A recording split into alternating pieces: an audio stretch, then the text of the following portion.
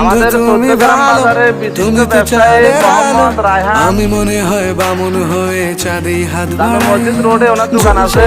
জানি মানছে না মনে অনেক কিছুক্ষণ পরে চলে যায়। জেনেও মিছে মিছে কেন তোমাকেই ছুতে চাই আমি, কেন বারবার প্রেমে পড়ে যাই। ওই জনমে পাই বা না পাই পর জনমে চাই আমি, কেন বারবার প্রেমে পড়ে যাই। এই জনমে পাই বা না পাই পর জনমে চাই।